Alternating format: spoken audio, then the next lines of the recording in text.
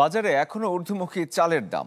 এক মাস ধরে যে দাম বেড়েছিল তা কমার কোনো লক্ষণ নেই এখন পর্যন্ত, বরং বাড়তি দামে চাপের মুখে আছেন ক্রেতারা। দাম বৃদ্ধির এই প্রবণতার জন্য কার্যকর তদারকির অভাবকে দুষছেন খাত সংশ্লিষ্টরা। ক্ষুদ্র ব্যবসায়ী হাসান মাহমুদ 4 জনের পরিবারে মাসে বেশ বড় ধরনের চালের চাহিদা থাকলেও দামের ভারে নাকাল তিনি। যে পরিমাণ চাল কিনতেন তা এখন নেমে এসেছে অর্ধেকে।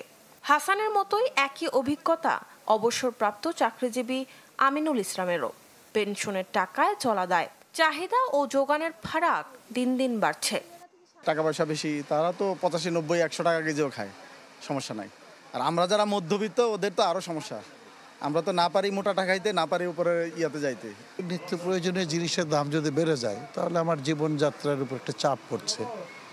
আমি খুব স্বাভাবিকভাবে আমি হিমশিম খাচ্ছি। আমার স্বল্প আয়, আমি পেনশনে চলি, আমি একজন অবসরপ্রাপ্ত কর্মচারী।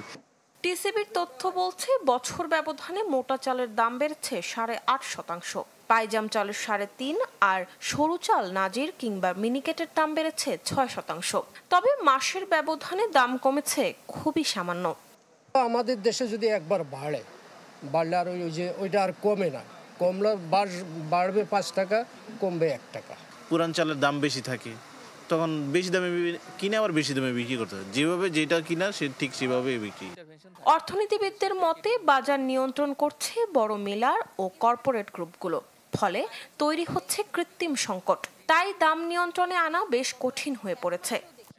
দামটা মানুষের ক্রয় সীমার মধ্যে থাকার কথা, কিন্তু আনফরচুনেটলি সেটা হচ্ছে না। সুতরাং আমাদের এখন একটু দেখতে হবে যে ভিতরে কি সমস্যাটা হচ্ছে।